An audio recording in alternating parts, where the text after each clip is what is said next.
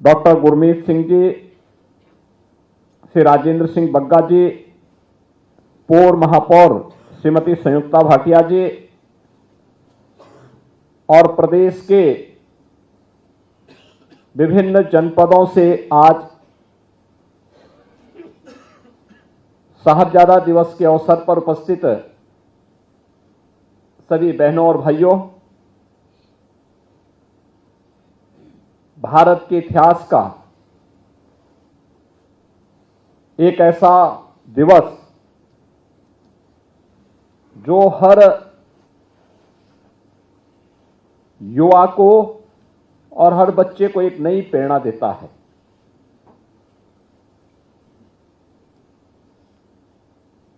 गुरु गोविंद सिंह जी महाराज के 4 साहबजादों ने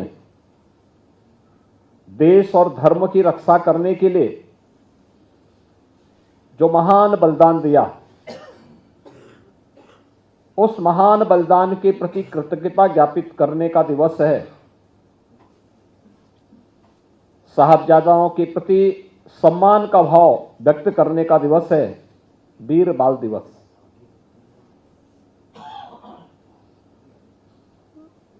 मैं धन्यवाद दूंगा अपने लखनऊ के सिख बंधुओं को, जिन्होंने 2020 से इस बात के लिए लगातार प्रयास किया कि भारत के इतिहास के उन स्वर्णाक्षरों में लिखे जाने वाले वीर साहबजादों के बलिदान को क्यों विस्मृत कर दिया गया, और उन्हें सम्मान देने के लिए जिस दिवस को बाल दिवस के रूप में, वीर बाल दिवस के रूप में सम्मान दिया जाना चाहिए, उसे वीर बाल दिवस का सम्मान न देकर के लोग उसको विस्मृत कर गए और बाल दिवस के रूप में कुछ और ही घटनाओं को जोड़ने का प्रयास किया जाने लग गया। लेकिन हम सब आभारी हैं प्रधानमंत्री मोदी जी के, जिनकी प्रेरणा से, जिनके आदेश से गत वर्ष गुरु गोविंद सिंह जी महाराज के दोनों छोटे साहबजादों बाबा जोरावर सिंह, बाबा फतेह सिंह के बलिदान दिवस को वीर बाल दिवस के रूप में मान्यता मिली। और आज हम सब यहां पर मुख्यमंत्री आवास में एक बार फिर से 5वें इस समारोह के अवसर पर एकत्र होकर के इस महान गुरु परंपरा के प्रति अपनी श्रद्धा को व्यक्त करने के लिए, कृतज्ञता को व्यक्त करने के लिए यहां पर एकत्र हुए हैं।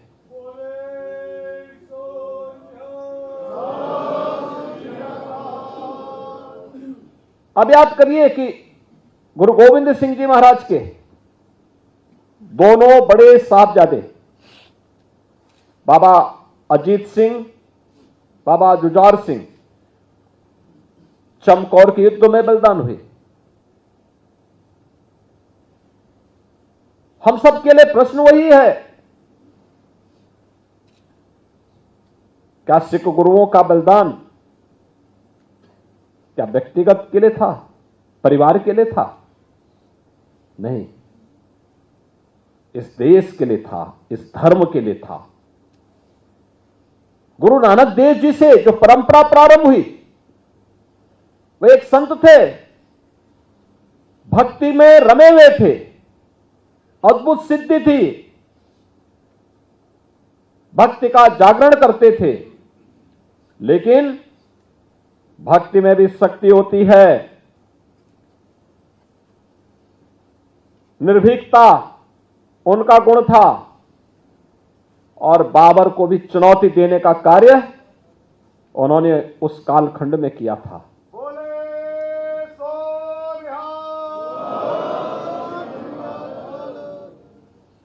सिख गुरुओं ने कभी चैन से बैठ करके अपने लिए, स्वयं के लिए नहीं सोचा।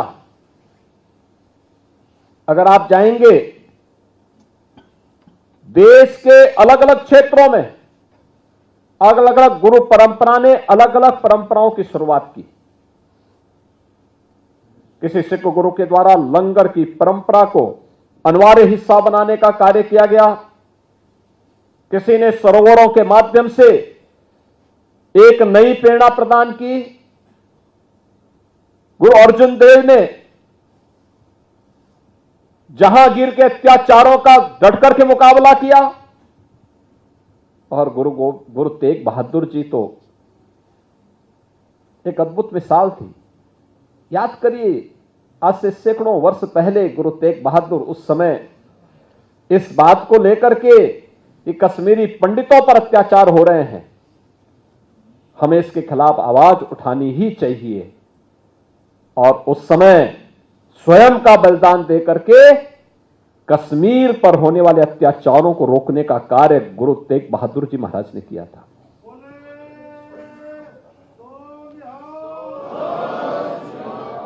क्या हमें दुनिया के अंदर ये अद्भुत इतिहास देखने को मिलेगा कि गुरु गोविंद सिंह जी महाराज एक शहीद पिता के और शहीद साहबजादों के पिता, यानी शहीद पिता के पुत्र हैं, लेकिन चार शहीद साहबजादों के पिता भी हैं। ये कहीं दुनिया के इतिहास में कहीं देखने को मिलता है, और यह भी देश और धर्म के लिए। खालसा पंथ की स्थापना करते समय भी गुरु गोविंद सिंह जी महाराज ने ही बात कही थी, सकल जगत में खालसा पंथ गाजे, जगे धर्म हिंदू सकल भंड भाजे।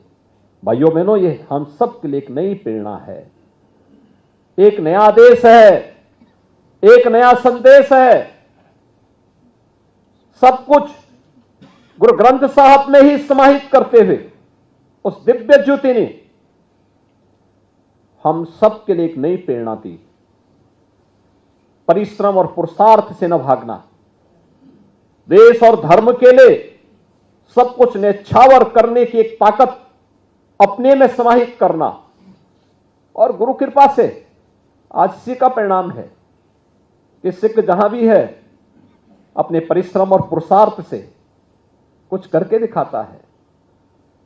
ये जो कार्यक्रम है, यह गुरु परंपरा के प्रति कृतज्ञता ज्ञापित करने का एक हम सबको एक अवसर होता है कि जिस गुरु परंपरा ने उस कालखंड में जब मुगल सल्तनत के सामने किसी की आवाज नहीं निकल पा रही थी, समाज विभाजित था, उस कालखंड में भी उन्होंने बिना किसी की परवाह के बगैर, चाहे वह भक्ति धर्म जागरण के माध्यम से भक्ति के संदेश को घर घर पहुंचाने का कार्य रहा हो, या फिर समाज में रचनात्मक कार्यक्रमों को आगे बढ़ाने का कार्य, समाज को जोड़ने का कार्य, या फिर देश के लिए बलिदान की एक श्रेष्ठ परंपरा को आगे बढ़ाने का कार्य, यह इस श्रेष्ठ परंपरा ने किया है, और हम सबको इस पर गौरव की अनुभूति होनी चाहिए। ये भारत का इतिहास है। कब भारत चुका है?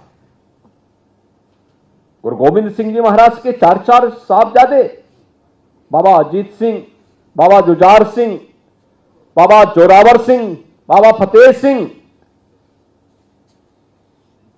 अपने आप को बलिदान करते हैं, और गुरु गोविंद सिंह जी महाराज, जो मैंने कहा एक दिव्य ज्योति थे, दिव्य पुंज ज्योति पुंज थे, उन्होंने उस समय घोषणा कर दी थी कि मेरा काम हो गया, अब मुगल सल्तनत की उल्टी गिनती शुरू हो गई है।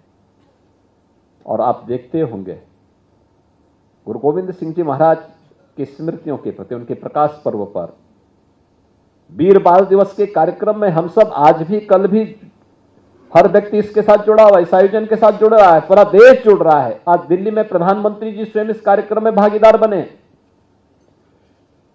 लेकिन मुगल सल्तनत के हुक्मरानों के घरों में कोई दीपक जलाने वाला नहीं है, पूरी वंश परंपरा स्वाहा हो गई है, कोई पूछने वाला नहीं है। उन्होंने अत्याचार किए थे, उन्होंने शोषण किया था, उन्होंने उस समय जिस प्रकार की बर्बरता ढाई थी, उस बर्बरता के खिलाफ एक आवाज थी और दिव्य पुंज के रूप में, दिव्य शक्ति पुंज के रूप में, दिव्य ज्योति के रूप में गुरु गोविंद सिंह जी महाराज ने वह कार्य एक नई प्रेरणा के रूप में हम सबको किया। भारत का इतिहास इस देश से बहुत समृद्धशाली है और सचमुच जब मैं इन बच्चों को देखता हूं, हम लोगों को लगता है कि वास्तव में उस समय भी गुरु गोविंद सिंह जी के चार साहबजादे भी लोग लालच दे रहे हैं, औरंगजेब के सूबेदार उन्हें लालच दे रहे हैं, हर प्रकार का लालच दे रहे हैं, धमका रहे हैं, क्रूरता की हदों को पूरा कर रहे हैं, लेकिन कोई अपने संकल्प से हटा नहीं। और यही तो भारत का इतिहास है। हमारी युवा पीढ़ी के सामने, हमारे स्कूली बच्चों के सामने इतिहास आना ही चाहिए। साहबजादा अजीत सिंह, बाबा जुझार सिंह, बाबा जोरावर सिंह और बाबा फतेह सिंह के बलिदान का, जिससे वर्तमान पीढ़ी देश और धर्म के लिए अपने आप को सदैव तैयार रहते हुए अपने कर्तव्यों के प्रति निर्वहन करने के लिए सदैव अपने आप को तैयार कर सके। और इस मामले में बार बार इस बात को कहता हूं, महाभारत के युद्ध में वीर अभिमन्यु की उम्र क्या थी? मात्र 16 वर्ष। लव और कुश की उम्र क्या थी? जब भगवान राम ने ताड़का का वध किया था तब भगवान राम की उम्र क्या थी? भगवान कृष्ण ने जब कंस का वध किया था तब कृष्ण की उम्र क्या थी? ध्रुव क्या उम्र थी? यानी एक लंबा इतिहास है। और वीर बाल दिवस के अवसर पर उन वीर बालकों को जो असाधारण कार्य कर रहे हैं, उन बच्चों को इस अवसर पर हमें सम्मानित करने की एक नई परंपरा को आगे बढ़ा करके वीर साहबजादों के प्रति कृतज्ञता ज्ञापित करते हुए उनका पुण्य स्मरण करना चाहिए। और हम भी चाहेंगे राज्य सरकार भी इसमें सहयोग करे, राज्य सरकार भी इसमें लगेगी। चिन्हित किया जाना चाहिए जनपद स्तर पर, कमिश्नरी स्तर पर, प्रदेश स्तर पर उन बच्चों का चयन हो, समारोह में उनका सम्मान हो, उनका अभिनंदन होना चाहिए, स्मरण कराना चाहिए।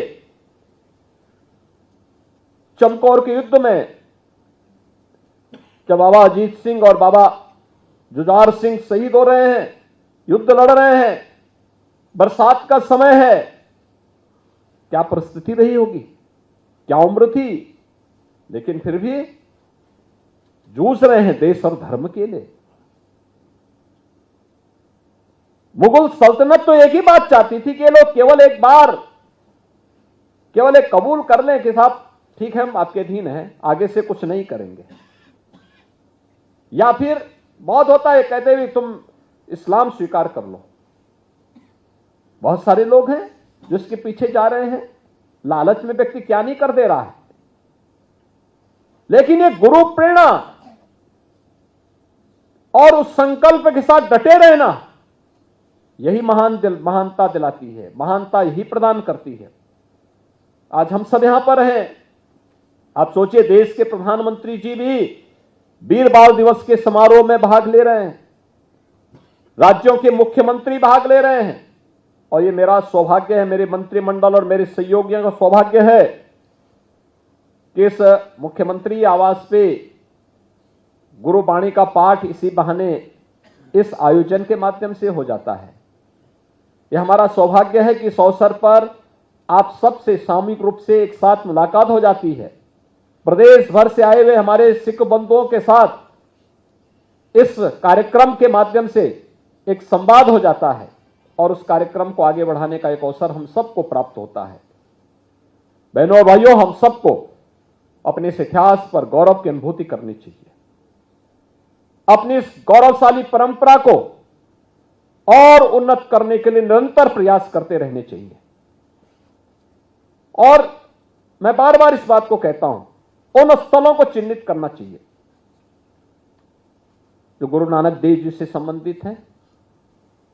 उसके लिए समाज के स्तर पर और सरकार के स्तर पर क्या कार्य होने हैं, हमारा कार्य प्रारंभ होना है। गुरु अर्जन देव जी से जुड़े हुए कोई स्थल है, गुरु तेग बहादुर जी से जुड़ा हुआ कोई स्थल है, गुरु गोविंद सिंह जी से जुड़े हुए जो स्थल हैं, इनके बारे में और फिर अन्य ऐसे महापुरुषों के बारे में देश के अंदर कभी ऐसा नहीं हुआ। महाराजा रणजीत सिंह जब शासक बने तो उन्होंने कोई भेदभाव नहीं किया। याद करिए, अगर उन्होंने स्वर्ण मंदिर पे सोना चढ़ाया तो काशी विश्वनाथ मंदिर पे भी सोना चढ़ाया।